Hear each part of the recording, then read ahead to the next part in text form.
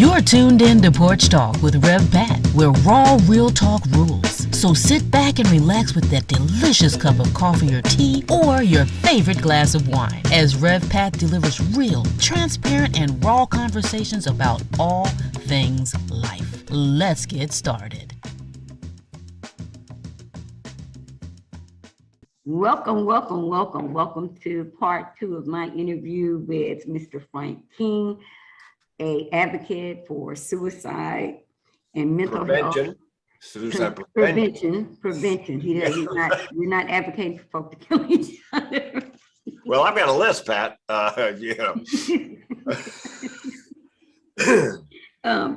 He's TEDx. He teaches people how to get on TED Talks, and he's got a new book, and he's also getting ready to do a clean, am I saying that right? A clean stand-up comedy routine that will be soon on YouTube. I'm gonna let him tell you about that, but I am so excited to have him back. So grab your coffee, grab your tea or your glass of wine, and let's get talking. Okay. Get cracking, baby. Let's get cracking. Mr. Frank, now the last time we ended with you telling me that your TEDx, where you talked about actually, I don't even know how to describe it, your experience with putting a gun in your mouth. Oh, yeah. You did that whole TED Talk, and your wife knew nothing about it until the TED Talk went live. Right. And she was preparing to watch it, and you told her, wait a minute, before you watch that, let me make sure I say this right. You told her that you had about 10 things you needed to say to her before she watched it. Half a dozen things. 6 to 10. Well, and let's back up a minute, Pat. I think I have to reset, as they say in radio. I live with depression and thoughts of suicide. It's called chronic suicidal ideation. And I had been working as a corporate comedian for about a decade, meaning jokes after dinner, jokes after lunch at conferences. And that came to a screeching halt in 2007, 2008 with the last recession. And the speaking business dropped off 80% overnight. And my wife and I lost everything we worked for in 25 years in a Chapter 7 bankruptcy. And what was hurting me was it was hurting her. People who live with depression or mental illness tend to be more empathetic, feel others' pain more deeply. And so I had a $1 million life insurance policy. And a lot of people who are suicidal, one of the 3 legs of the 3-legged stool of suicidality is burdensomeness, meaning you feel like you are a burden to the world and to those around you, and that they would be better off without you.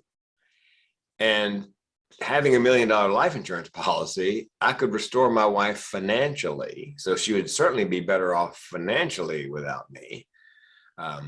The catch was, she'd brokenhearted, but she wouldn't be broke anymore. The catch was I had sold insurance right out of college. And I knew that my policy had a 2-year suicide clause. If you die by suicide in the first 2 years, 24 months, they just give you your premiums back. At 24 months and a day, if you die by suicide, they would pay her $1 million. So, but I wanted to know before I called my insurance agent to find out how long I'd had the policy, if I could actually put a gun in my mouth. So I waited till she was gone, went to the barn, had the gun, and put it in my mouth, pulled the hammer back, and sure enough, I could do it. So I called my agent, and as luck would have it. Whoa. You put it in your mouth and you pulled the hammer back. That's it. Just to see if I could do it. Wow. See if I could go that far. I was practicing. Putting your gun in your mouth and pulling the hammer back is frightening to most people. It was, It is. You see my face? Yeah, it is. Yeah, your eyes got really big. What? But I did it. And that's why I say when I speak, every now and then, Reverend Pat, somebody says to me, you don't have a degree in psychology or psychiatry. You're not an MSW. What qualifies you to speak on suicide prevention? And I say, well, I can tell you what the barrel of my gun tastes like, which usually shuts them up. So that's why I had come so close. But I called my insurance agent, a kind, caring, and apparently very perceptive gentleman, Graham Benson. And offhandedly and casually, because people with mental illness are often good actors, I said to him, "Hey, Graham, how long have I had that life insurance policy?" And he goes, "I don't know, I'll check." So he still hadn't realized yet. So he's clacking away on the keys. He comes back on the phone. He goes, "It's been 22 months," and then it hit him. He says, "Don't do it." Because he had gotten similar phone calls from other people with life insurance policies that he wrote, and they had been paid up past 24 months, and he ended up delivering a check to the beneficiary. So he hung up the phone after we chatted and said to his wife, "I think he's going to kill himself." I know this because I called him after the TED Talk posted and said, "Listen, you should watch it. I mentioned you in the TED Talk." And he said, "Yeah, Frank, when you hung up, I thought for sure you were going to kill yourself." I told my wife. He said, "And when I realized that you weren't just asking how long you'd had the policy, you were asking me for permission to kill yourself." And he said, "I said a quick prayer and hoped that whatever I said next made a difference." And I said, "Graham, it's not so much what you say in a moment like that. It's that you said something at all." Mm-hmm. It's a very uncomfortable moment. You have to step out of your comfort zone to say something like that. And what you said was just right. So, Pat, I had to wait 2 months to kill myself. But, I live with chronic suicidal ideation. I thought I can handle 2 months. Fortunately, after 2 months elapsed, I wasn't marking days off the calendar. I don't remember day 61 or 2 or 3. I don't remember thinking, "Well, I could do it today." Things got a little better. Bankruptcy went through, phone calls. The creditors had to stop calling. They had to call my attorney and not us. So things got just enough better. I could, break the surface, take a deep breath. And, that was 11 years ago, 11 and a half years ago now. I'm still here. So, spoiler alert. But yeah, that's the story that's how I came to know what the barrel of my gun is. That's not a spoiler alert. Now, you need to, I can't pronounce it, so I'm not even going to go there. But just in case someone's listening and they have not yet listened to part 1, chronic suicide. Finish the sentence because yeah, it's either chronic suicidality or chronic suicidal ideation.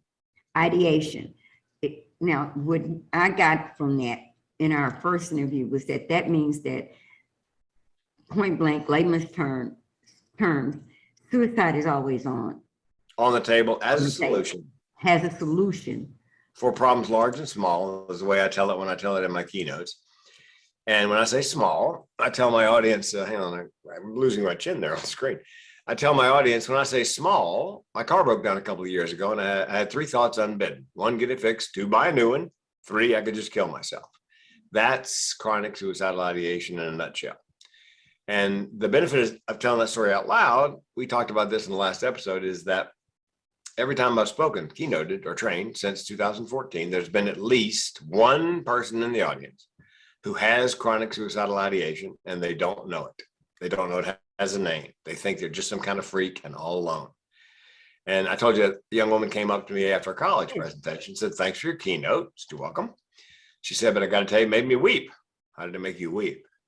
"Well, your story about the car, get it fixed, buy a new and kill yourself." "Oh, yeah." She goes, "I've been having those thoughts all my life. I didn't know it had a name. I just thought I was some kind of freak and completely alone. And when I heard you say that out loud, I realized the first time in my life that I'm not, in fact, alone, and I wept." That's the power of starting the conversation, giving other people permission to give voice to their feelings and experiences, which is really what I do when I speak. I'm the permission fairy. I mentioned depression and suicide out loud, and everybody's got a story. So, which to me negates the question that you don't have a degree, you have the experience, you know what you're talking about. And when people hear others that have been in that place that they are either in or have come out of, the authenticity and the realness of it is what draws them. I read the comments after your TED Talk, and I told you I was just, at first I didn't know what to do listening to you, because I didn't know whether I was supposed to be crying or should he be making a joke about this. But then as I scrolled through the comments and saw how many people were helped by hearing it, Yep. understood that this is the way he's being used to shine a light on this topic, which we don't discuss, or we discuss only when something major happens. Yep. So that brings us to the TED Talk, right? Now you've done a TED Talk, and it's about 6 of them, getting ready to do number 7. right. But the one after that incident is getting ready to go live, and your wife is preparing to. Oh, I see. My first one, yeah, because the first one, yes. Yes, because nobody knew that I was living with depression and chronic suicidal ideation. Not even my wife, my family, my friends, nobody. Again, Pat, people with mental illness are often great actors. We covered up very well for as long as we possibly can. You know the expression, fake it till you make it? Well, with mental illness, it's fake it until you take it, meaning your life, and you can't fake it anymore. That's so eerie. That's so eerie. I know. Robin Williams faked it until he couldn't take it, and he took his life. So I decided I would tell the world that I was depressed and suicidal on that TEDx stage. So when my wife's about to hit play on YouTube, when it went up on YouTube, I said, look, don't hit play. There are some things, half a dozen things I need to tell you. You're going to hear in that video that you have no idea about, how close I came to killing myself, that I'm living with clinical depression and thoughts of suicide, and so forth and so on. So it was a, it was a bit of a moment. You think? A bit of a moment? Yeah, but I advise people. I had a guy write me a YouTube comment on that talk. 40-year-old guy, lovely wife, darling 8-year-old daughter, great job that he enjoyed. But when he wrote me, he said he could not remember the last time he was happy. And he thought, again, it was just him. And then he saw my TED Talk, A Matter of Life or Death, and realized, wait a minute, I am not alone. And so he wrote me. And I said, when you are ready, I think you should share what you're going through, your mental challenges, with anyone that you know, love, and trust, especially your family, so they can be there for you. They can understand what you're going through and be prepared if you hit a rough patch. It's kind of like having a pit crew in NASCAR. You wouldn't run a NASCAR race and wait to hire the pit crew until you're rolled into the first pit. You're not calling ZipRecruiter to get guys to change tires.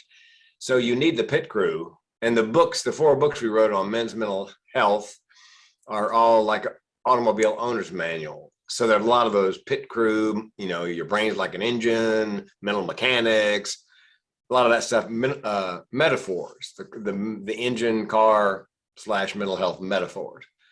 And so, I advise that when he's ready and comfortable, everybody comes out in their own time. Some people have difficulty, coming. I mean, I waited till I was 52, didn't tell anybody. But see, I want to get back to wife, because I would have been really upset. I would have been pissed. Well, she wasn't upset. She was glad I was still there.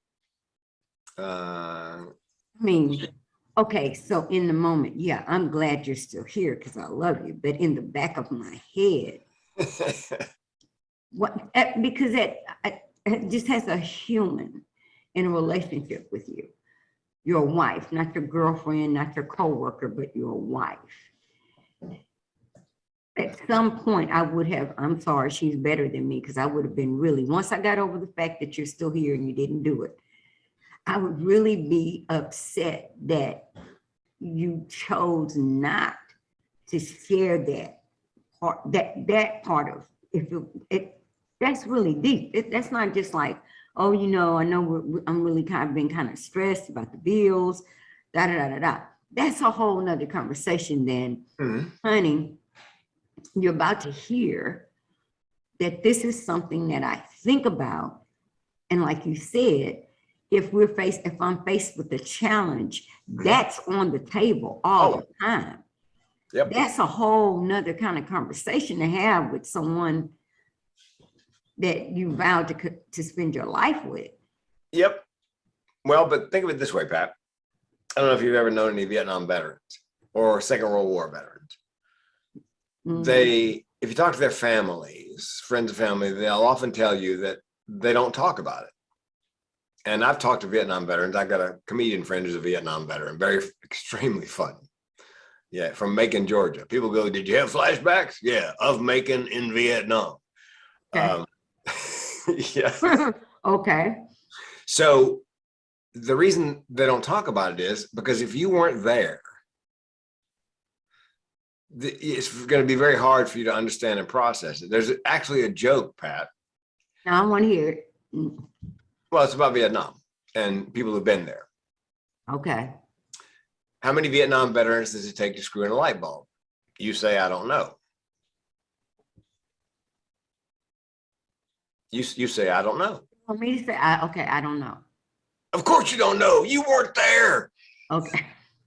Same with the Second World War. Same with the Holocaust. It's same with mental illness. Oftentimes, it's hard to explain to somebody who's neurotypical or neuronormal, what you're going through, and it's hard for people who are relatively normal to wrap their minds around. Things are so bad that you would want to end your pain that way. So that's, I think, why a lot of people don't share it. They just, slog their way through it because, it's hard for the normal person, neurotypical person to get it. And also, as much, and we'll talk about this in a minute when we talk about signs and symptoms and what to say and not to say. Yeah. Normal people, well, let's talk about that right now. Here's a couple, 3 symptoms of depression. The person's eating too much or they can't eat at all. They sleep too much or can't sleep. They have trouble getting out of bed in the morning, sometimes late to work or school, but they rally in the afternoon, almost like a different person. And they let their personal hygiene go oftentimes. So when you see them, their hair's a little dirtier than usual, clothes aren't quite so clean. It may be because they're having trouble getting out of bed, run a little wash, take a shower. So the question comes up, what do you say to somebody who either tells you they're depressed or you suspect they're depressed? Well, here's what you don't say. And these are very normal things, very caring things that other humans say, neurotypical humans. Pull yourself up by your bootstraps. Turn that frown upside down. Have you tried fish oil? Here's what you do. Fish oil. Yeah, a lot of people think fish oil is a cure for everything. Well, the worst, funniest ever for me was when somebody said, "You need to choose joy." And I said, if you're not talking about dishwashing liquid, I'm out of luck. Because, it's not a matter of choosing my thoughts, think positive. It's really, I don't need a coach to, to help me. It's just the way your brain works. And so there are things you can do proactively, like a self-care plan. Yeah. And we could talk about how I constructed my self-care plan. I think everybody should have one. Normal, neurotypical, and mentally ill should have a self-care plan. Put your own on.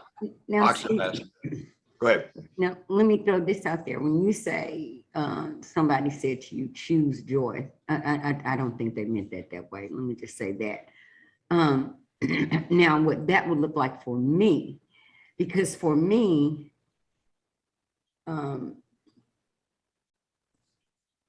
joy is available to me. Let me say that. Joy is always available. Sure.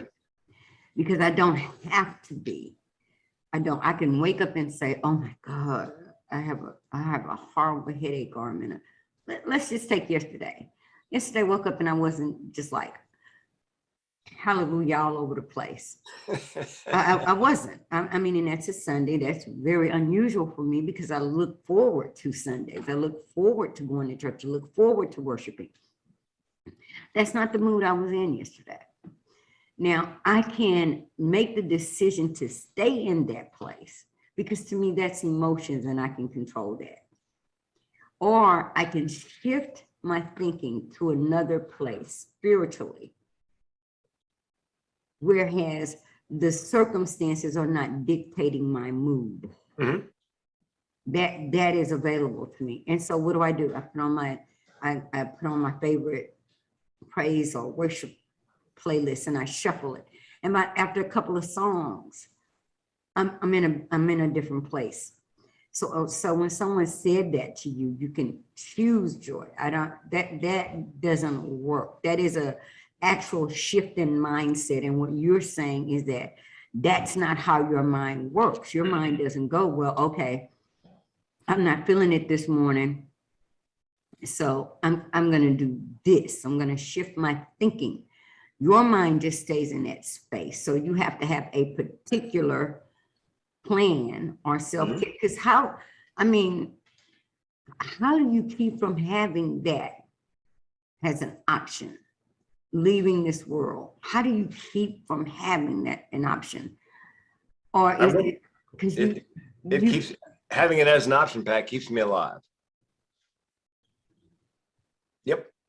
Because I believe in most instances, from what I've read and studied, most people who die by suicide didn't want to kill themselves. They simply wanted to end the pain. And that's the only way they knew how to do it.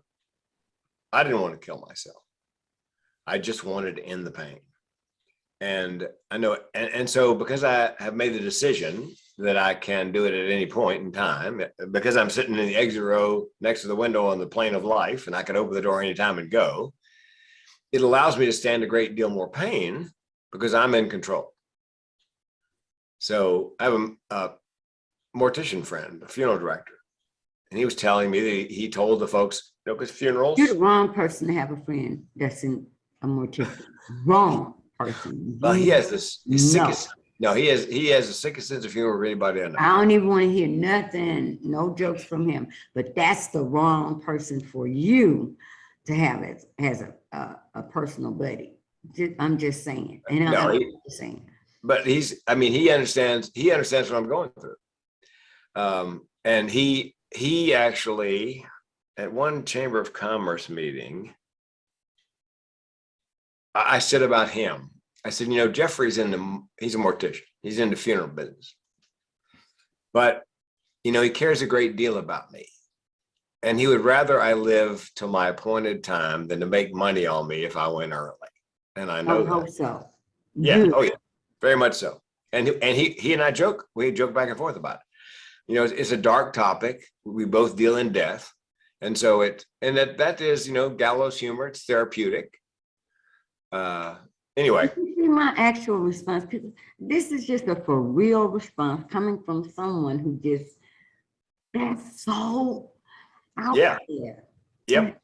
And for those that are listening or watching, I'm not making light of this because this is just all new information that I can't imagine that there are other people. It really saddens me. I'm just going to be frank on it saddens me. Sure. And I'll tell you why it does, because even just listening to you, this is our second conversation, but we talked before we go live. I see how it's a twofold thing, because I see how you sharing your experience and sharing your story and all of that by looking at the responses helps others. Yeah. And it breaks my heart because I see that. And then I'm trying to line up in my mind how this person, it cannot see his value and his worth in a way that transcends, this is always an option for me. So I can't imagine. Well, let me see if I can help you out, Pat. I see my value. One of the reasons I don't kill myself is, I think we talked about this before, that I feel like George Bailey in A Wonderful Life. I see what other people's lives might be like if I ended mine and they never had a chance to hear me speak. My depression is generally not situational. Okay. I've been most depressed and most suicidal at some of the best times in my life. Money in the bank, mortgage paid off, lots of bookings on the calendar. It's not, I've counted my blessings. I still felt horrible. That's when I realized it wasn't situational. Major depressive disorder is simply a cycle, like a wheel, and the wheel has a flat spot on it. And every now and then it comes around, boom. And major depressive disorder lasts from 3 days to 3 weeks, depending on who you are. And mine lasts about 72 hours. The good news there is I know my cycle. So if I begin cycling down, I know in 72 hours, I'll be flying level again because I've been through it so many times. Danger is for younger people who haven't been through that as many times as I have. And people who are depressed tend to think in the immediate. don't see long term. They think if this is as good as it gets, if I'm going to always feel this way, why bother? That's the dangerous thinking process. But I know it's going to, it's like somebody turns up the force of gravity on the first day, hard to put one foot in front of the other. And then by the third day, gravity's going back to normal. But it's because I've been through it so many times that I just ride it out. I don't fight it. I just ride it out. So now that you've explained all of this to your wife. Yeah. Are there things that you've asked her to do, or you don't want her to do? Like you said, you hit the 72-hour cycle, and you know that that's where you are. Are there things, or do you have things that you say to her? Yes. Now that she knows, to get yourself through it, because she would have to be a part of your self-care package. Somewhat. I tell her more for her than for me. Yeah, that's what I mean. Are you? But I do it for her benefit, really, not for mine. I just let her know that I'm cycling down because I don't want her to see a scowl on my face and think she's done something wrong. So if she knows I'm cycling down, she knows it has nothing to do with her. She knows. And here's the thing, Pat. I used to think I was a victim of my chemicals and wiring in my body. And a friend of mine who's been living with bipolar disorder for decades said, no, Frank, you have triggers. You're just not aware of them. You need to, when you begin to cycle down, look back over the last 24 hours and see if you find common elements. And I did. One of them is getting way behind in my paperwork. Like I need to file taxes, but I just don't have, The other thing is disappointing my wife or anybody I really care about. So, and I told Wayne, listen, be careful with disappointment. Be mad at me. That's fine. I can live with that. But disappointing you, which means I failed her in some way. She was expecting better and I failed her. However, my wife has a wicked sense of humor. Again, using humor to get through this, I will say after I do something stupid, are you mad? And she'll say, oh no, honey, I'm not mad. I'm like, oh no, no, no, no, no, no, no. I'm disappointed. So we can joke about it, which helps me through, the process. Just her knowing it helps me through the process. Just her. Yeah. That's what I mean. That was the next one. Does her knowing. Now, yes, absolutely. It makes a big difference. Because I would be mad because other people kind of knew, but not her. Nobody knew, not a soul, not till I went on stage. I mean, it runs in my family. So wait a minute. Absolutely none of your friends. No. I mean, my sister came out early, was in therapy with anxiety and depression. But I never was actually clinically diagnosed. I never went to see a psychiatrist or a psychologist. I just knew from what I was experiencing, I knew I was depressed. And then when I started writing the book with the psychologist and the therapist, and they told me about chronic suicidal ideation, I'm like, oh my God. It was like chapter and verse. Everything they mentioned as a symptom I was experiencing. So that's how I know. It's like a friend of mine who has OCD. He didn't know he had OCD, obsessive compulsive disorder, until he was 21. The only diagnosis he had as a young man was from his grandfather, who had said to him, that boy is screwed up in the head. That was the diagnosis. So he was listening to a radio show and somebody was talking about obsessive compulsive disorder and they had a test. Okay, so to the listeners, this is the test. I'm going to give you 10 things and you give yourself a point for each one that applies to you. And they're all symptoms of OCD. And I think he got a 9 out of 10 and realized for the first time in his life, oh my God, it's a thing. It has a name. I'm not alone, which is comforting in some ways. Right. And now everybody he knows. And having a sense of humor, Pat, I stayed at his house in Kansas City one time. He wasn't there. I knew for a fact when he went in his closet, all of his shoes pointed north, the toes all pointed north. So before I left, I turned every other shoe around to point south. No, I would. 2 days later, I got a phone call. I can't believe you. But see, because he and I, we talk openly about it, our illnesses. and if you can joke about it like that, he wasn't really mad. Yeah. It was just, I mean, it takes the stigma, the power away. If he knows, I know. But let me tell you a funny story about his son. I don't know if I told you this, but his son was 8 years old, and he and his dad were flying somewhere. It's the first time his son had ever flown. So they're sitting on the plane, and the flight attendant's going through the safety instructions. And she says, if you are traveling with a child, put your mask on first, and then put the mask on the child. And, adults think children aren't really paying attention. So when she said that, put your mask on first, then the child, his son looked him right in the eye and said, Dad, we both know this is not going to happen. And my friend goes, why, son, is it not going to happen? No. Well, you're going to be cleaning your mask while I pass out. His son at 8 had picked up on all of that. Yeah. All of the little rituals that go and could joke about it. See, that's the power of, people say, is the humor therapeutic for you? It is, but not in the way you'd think. Making jokes isn't the therapy. It's being able to joke about things like that. Now, Pat, I'm probably the most positive suicidal person you'll ever meet. Now, see, you made something real clear to those that are listening, because I understand fully what you just said, that through your humor, you take the power from the thing that should control you. And make fun of the monster. And you now are in control of that thing, and that thing is not in control of you. Some people define themselves by their mental illness. Mm-hmm. As a friend of mine would say, who you are is not what you have. Right. And I believe that. However, it is part of me. It doesn't define me, but it is a part of me. So I can't deny it. Right. I can't beat it. Just have to live with it.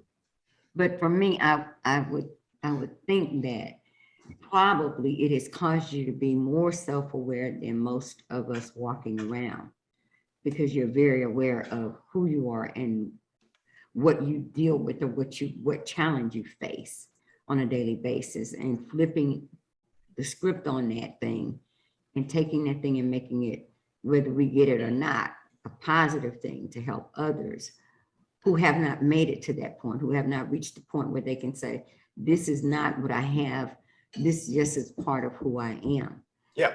Not all of what they are, but it is part. Just a piece, just a piece. We all have something. We all have something. I may not deal with that, but we all deal with something, because we're imperfect beings. So we're not exempt from dealing with something. So I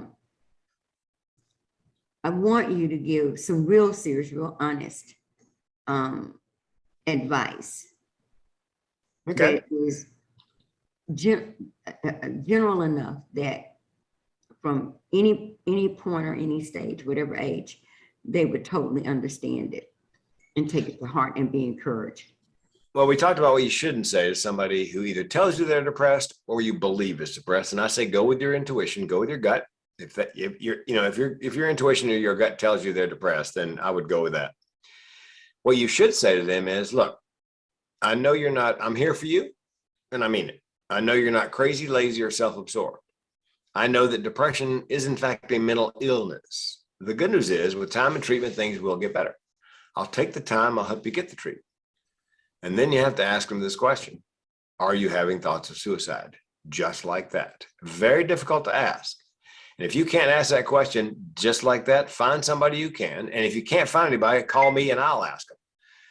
Because there's an old urban legend that you should never mention the S word in front of somebody who's depressed, because it will give them the idea. Suicide? What a great idea. Why didn't I think of that? Right. Trust me, it crossed my mind. But let's say they don't admit they're suicidal.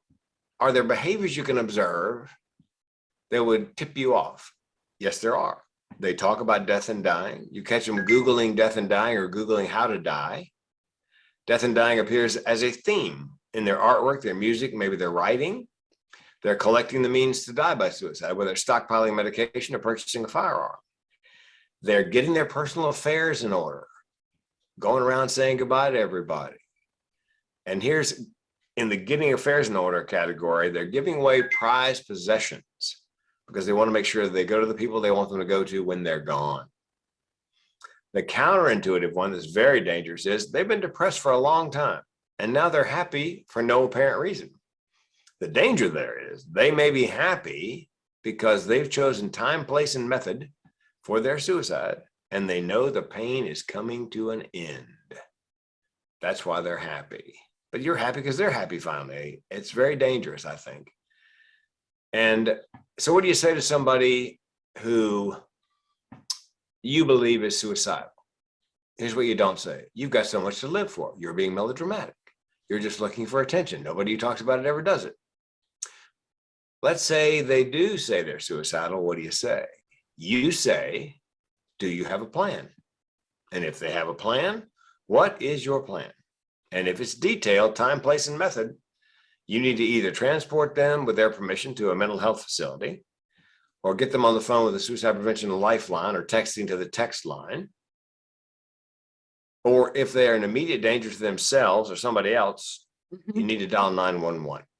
And when the police come, if they think they're actively suicidal, they'll take them in front of a judge, and chances are they'll get a 3-day lockdown, involuntary detention order. Now they're going to be upset. And they're going to unfringe on Facebook, but they'll be alive. Now let me ask you something. Mm-hmm. That's a lot for the average everyday person. Oh yeah. How likely is it that you would encounter someone that's in that particular frame of mind? How likely is it? Because I really, and I'm asking that to you because you would generally think, I'm not a person that's in that environment, I would generally think. So in my mind, I'm thinking, well, how often would I meet someone that's in that place if, like you said, depressed people are very good actors. They know how to pretend. They know how to put a good face on, so forth and so on. And you miss all of those other signs. And then you reach this point where you're face to face with the person that for some reason you believe is in that place. How do you encourage those that are in that place to open up? It's, what would you say to them? I mean, you didn't tell your wife. So you're talking to a college student that's not going to tell her roommate. You're talking to a senior in high school that's not going to tell her parents or her grandparents. Give them the advice that they need to get the help and to not reach that point. Here's the good news, Pat. 8 out of 10 people who are suicidal on average are ambivalent. They can't make up their mind whether they want to do it or not. Okay. 9 out of 10 give hints in the last 7 days leading up to an attempt. So we have just instructed your listeners, viewers, on what to look for and what to listen for. And they can't unlearn that now, because when people die by suicide, I never gave any hints. I had no idea. Well, you know what? I have a feeling if you're listening to my voice right now and you have a friend and all of a sudden their personal hygiene is sliding and he just gave me one of his prized possessions, I think an alarm bell is going to go off in your head. Hold on. Yeah, so we have, it's all a matter of education and simply starting the conversation. When I keynote, Pat, my job is to make the people who are listening to me the hero in the piece. So I say to them after I teach them this, okay, now here's the good news. Because 8 out of 10 are ambivalent and 9 out of 10 give hints. You can now make a difference. You can save a life, and you can do it by doing something as simple as what we're doing right here, and that is starting the conversation. So it's the most preventable cause of death on the planet if you're willing to step out of your comfort zone and have those difficult conversations. Now you know what to look for. But let me give you one more scenario, Pat. Suppose I say to them, do you have a plan? Are you having thoughts of suicide? Yes. Do you have a plan? Yes, sorta. Not really detailed, the time, place, and method. What would you say then? And by the way, I didn't learn this in a class. I didn't read it in a book. I made it up. I made it up. I would say to them, well, are you going to kill yourself?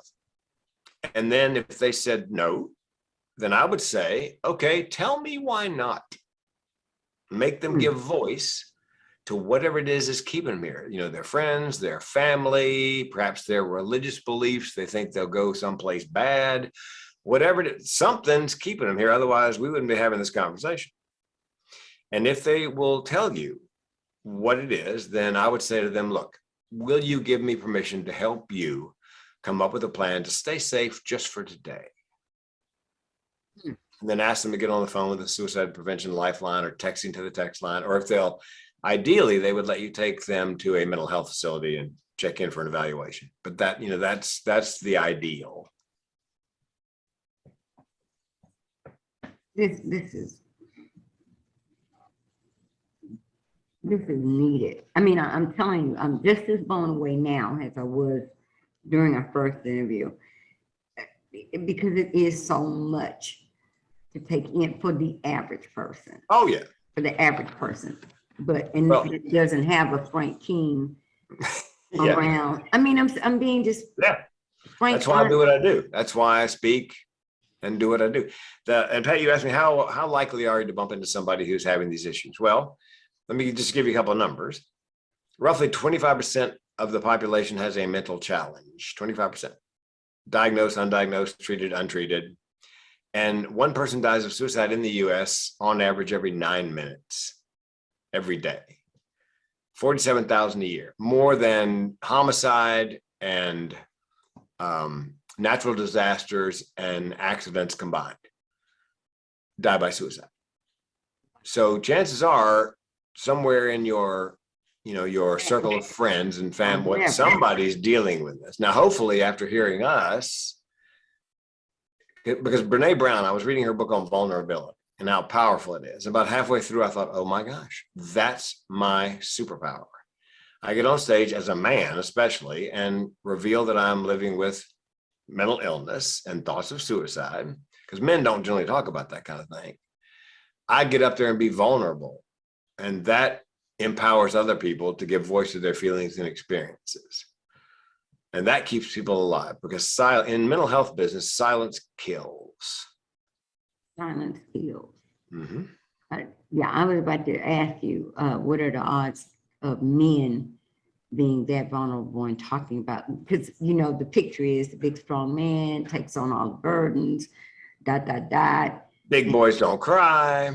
You just bombarded by life and dealing with mental health. And I don't think really, probably people really don't associate, just in all honesty, if I'm wrong, don't associate depression with quote unquote mental health. You're just depressed.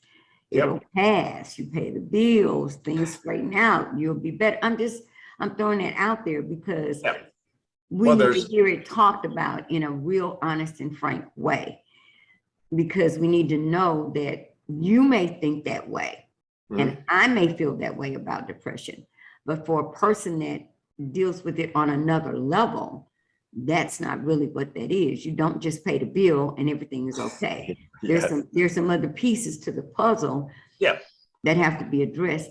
So give them, before we close, I need you to give them all the information they need. Well, if they need to talk to someone, or if they even have a friend or a family member, what do you do? I mean, other than just, are you really gonna trust a person to go and not do what they said they're gonna do because you kind of stepped in? Do you really? You need to follow up. Make sure, you know, a day or so later after you've chatted, if they're not willing to go get help right then and there, and if they're actively suicidal, I would try to get them speaking to the hotline. And if they won't pick up the phone, you pick up the phone, call the suicide prevention lifeline, and the volunteer will do what they can to get the phone in the hand of the person who's in crisis. If it's a younger person, I would have them begin texting the suicide prevention text line, 741-741. Text the word help to 741-741. I would recommend, if they're willing, if they've never had a diagnosis, to get a mental health evaluation, even a telemedicine mental health evaluation. I recommend they also get a physical, a full workup physical, because sometimes physical ailments present as symptoms of mental disorders. So it could be something organic going on, an imbalance. And I have a friend here in Oregon who his body turns out couldn't process iron. So he was put on supplementation and he was very depressed, but he didn't know it was the iron. He thought he was just depressed. And the doctor said, no, you need to be on this supplement. And when he was on a slow iron supplement, which means it's absorbed over time, his depression disappeared. So mental health checkup, physical checkup. Also, if your meds are not working, get the DNA cheek swab test. It's like Ancestry. You send your DNA into one of half a dozen companies now, and they will send you, they'll try to find the antidepressant that works best with your metabolism. So it's not such a crapshoot.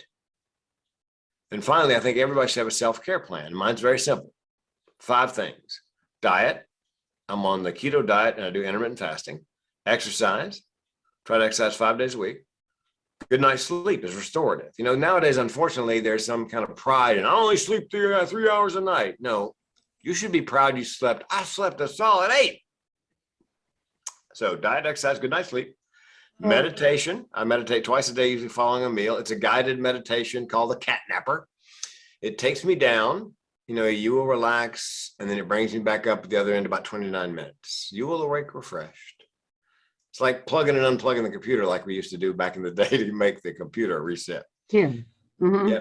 And medication, you know, and a lot of people are foursquare against medication. I do not believe in a simply pharmacological solution. I believe you should have a self-care plan. And there was a time, a year or two in the late 70s, early 80s, where the treatment model in psychiatry and psychology went from treating the soul, trying to find the problem, the source, to a strictly pharmacological. Let's put a Band-Aid on it. In layman terms, you're just talking about putting them on meds, right? Yes. Okay. I think it should be a combination. You put them on meds to keep them around, but some heavy duty therapy. Let's dig and see what's, for example, ADD, ADHD in young people. The symptoms are very similar to young people who have had childhood trauma, but it's easier to give them Ritalin or Adderall than it is to dig and find out where they are on the ACE test. You know, have they been abused in some way, traumatized in some way? I think we need to go back and start looking to repair the soul. As we I think that's it doesn't matter whether it's that or this or that or this.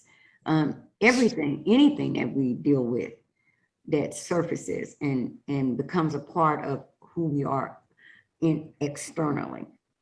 If it's not normal, there's a root to it. Yes. And I've always a root to it. I mean, we can do all the surface stuff we want to, but until we address the root of a thing, it's like putting a Band-Aid on an open wound. It's just a Band-Aid. It's not going to help any healing. So I totally agree with that. And putting folk on meds. Yeah, I think to keep them alive, to keep them around, you know, and I would do the cheek swab test if your meds aren't working well, because, you know, the doctor, your family physician only knows as much about the psych drug as the salesman told him. Pharmacist knows far more. So I would do the cheek swab test, a couple $100, most insurance pays for it. You know, let's narrow down the options, find the one that works best for your metabolism. And one last note, Pat. A self-care plan, you know, do the cheek swab test if your meds aren't working, and let your loved ones, anybody you know, love and trust, know what you're dealing with, because, you know, you need the pit crew there when you need the pit crew. You know, when you buy a car, you get AAA, hoping you'll never have a flat tire on a rainy night, but we both know that's probably going to happen. So you are going to need a pit. I love that pit crew team. Yeah, whatever you want to call it. There's a reason a car comes with a spare tire and a jack. I mean, they're great tires, but you know what? Yeah. Okay, your analogies just throw me off. That's all in the book. In the books we wrote.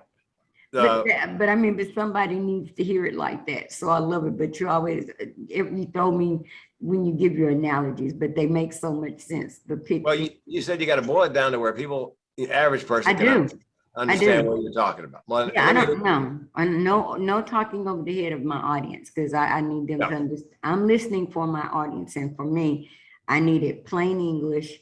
Let's get some folk in a place where they can hear it and get some help, or say, I need help. And more importantly, I need help if someone is in that place. Well, but also, before we leave, I don't want to forget, I don't want you not to mention the book for men that just dropped when we had our last interview. Book 4. Book 4, and then your TED Talk, which is number 7, I think you told me. Is it? I'm getting ready to do number 7. Yep. It's on number 7. Digital media addiction, smartphones, social media, and suicide. I mean, I'm not sure it's a causation, but maybe a correlation, certainly a connection between smartphones, social media, depression, anxiety. So that's what it'll be about, is numbers. 40% of high school students, I just heard this morning, self-report anxiety and depression. 60% of college students report anxiety and depression. Yeah. Wow. So, and it's doubled in the last 10 years. And what else has happened in the last 10 years? 2012, 50% of households, at least one person owned a smartphone. Right now, 84% of households in the US. Everybody has a smartphone. Yeah. And part of it, Pat's, going to be that there are techniques they use to get you to look at that phone that they use in Las Vegas to make you keep playing the slot machine. It's called variable reinforcement. Yeah, because bottom line. Yeah, how that works. Bottom line is, whatever you like watching, that's what they're gonna feed on your line. Well, they're gonna constantly feed that. Whatever you like, they just pull it in, they just keep playing it. Well, and they've created metrics like shares and connections, followers. Those are all metrics that you take personally. If you post something, you check, see who liked it, shared it, whatever, followed you. So that's become a metric for a lot of young people. Don't have enough followers, need more connections. I posted and nobody liked it or shared it. That's not just kids. Yeah. So I'm going to talk about that in my talk about social media has a way of hooking you into that. It's very similar to what they do with slot machines. People play slot machines, Pat, because every so often they pay off. So they keep playing. It's called variable reinforcement. You play and then it pays off. So you continue playing, even though you're hitting the button and it's not, boom, it paid off again. It's variable reinforcement. It's very operant conditioning, very powerful. And they do the same thing think about the sounds a phone makes. It's kind of like the slot machine. If you turn on the notifications, ding, text, bong, Gmail, it's it is. But it's a tool like anything else. And it makes everybody look around when your phone goes off and nobody else is in. Y'all looking to see if is that my phone or is that their phone. So yes. Anyway, that's another element that young people have to deal with that you and I growing up didn't have to bother with. Now tell them about the book. The book, it's called Guts, Grit, and the Grind, a mental mechanics manual. Looks like an automobile owner's manual. 4 books, 12 stories in each book. All men, all have an issue, a problem, and all talk about how they're coping. So, and more women buy it than men. And we believe because women have a man in their life, they just can't figure out how to help, and they buy it thinking something in this book may help me understand what he's going through and how I can help. And that's why we wrote it. There's exercises and clinical studies and suggestions, and explanations. 8 out of 10 people who die by suicide in the US now are men. That 8 out of 10. So that's why we wrote the books. Guts, I want to get the name right. Guts, Grit, and Grime. And the Grind. And the Grime. And the Grime, okay. And if they want a free copy of the first one on audio book, my website, The Mental Health Comedian, or as we say down south, Pat, The Mental Health Comedian. If you go there and put in an email address in, you can download the unabridged audio book and I narrate it. Y'all go to The Mental Health Comedian, put an email address in, download the MP3. And download that book. And like he said, if more women buy these books, then that must mean that there's something we need to know.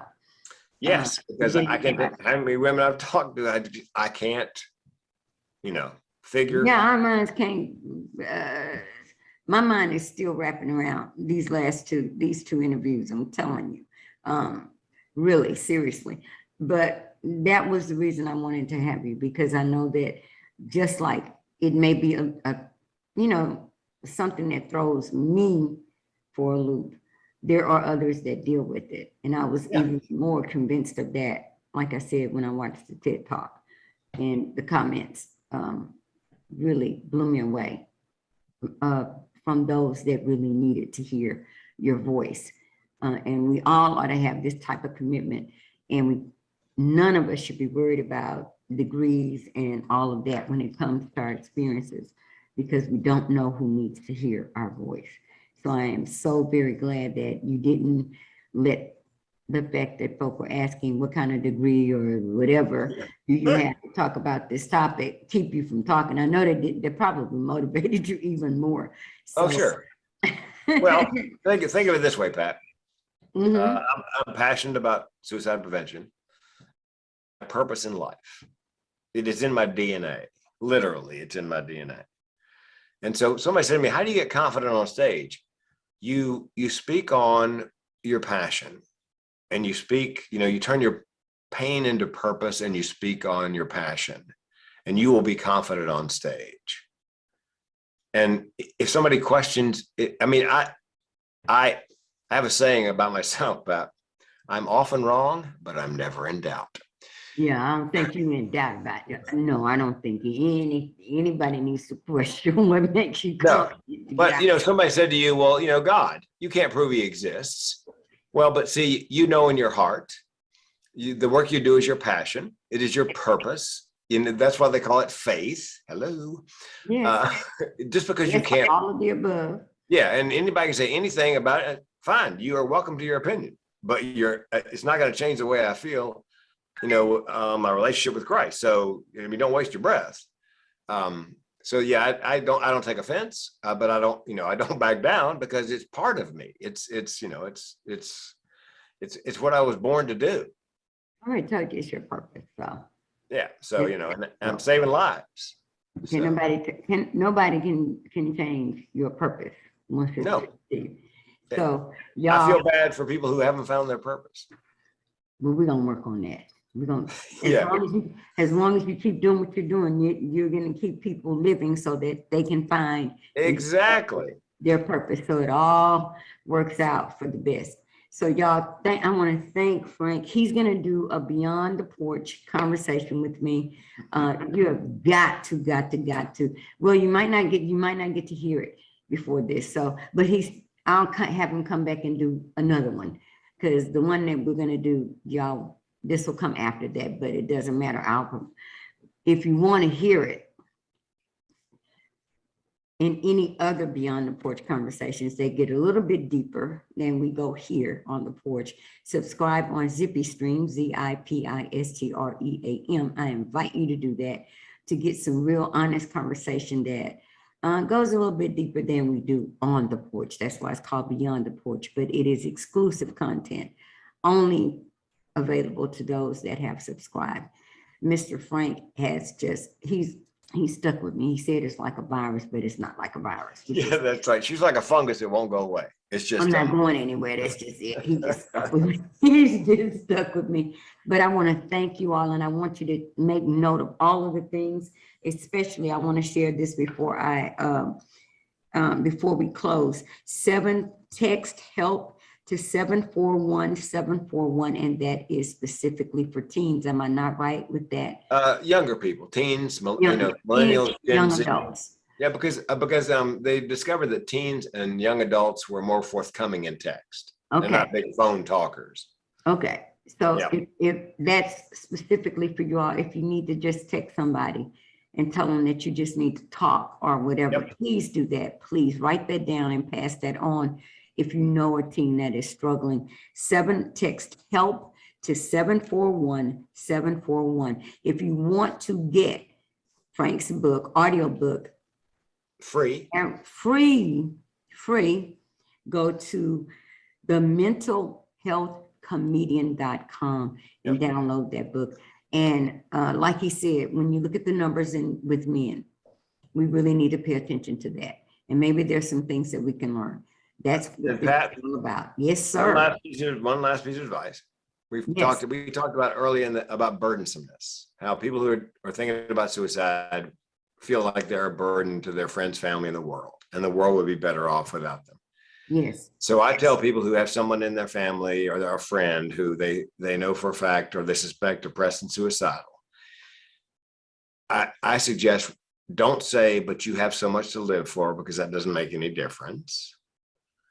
What you do say is, look, I suspect every now and then the thought crosses your mind that I would be better off without you. And that is not the case. I would never be better off without you in my life. Wow. That's what you should do, is reassure them that. Wow. Reassure them of their need. Yeah, you love them and they're not a burden regardless of what goes on. Yeah, because that burdensomeness is a very powerful force among people who are suicidal, because they just figure the world would be better off. The world would be better off. No, y'all, the world would not. You got a whole lot to offer. Yep. So be a Frank. Get a self-care plan. Yeah, that's right. Get a self-care plan and get a pit crew. Did you not hear him say get a pit crew before you start the race? Don't, like he said, you don't get the pit crew after the crash. You get the pit crew and the team together before the crash. Thank you so much. Thank you so much, Frank. I have enjoyed. You have enlightened me in ways you will never understand. And I know that we're going to talk again, but thank you for joining me on the show. It is so appreciated. Y'all be blessed and be intentional about being a blessing to someone else. And I will see you right back here next week on the porch.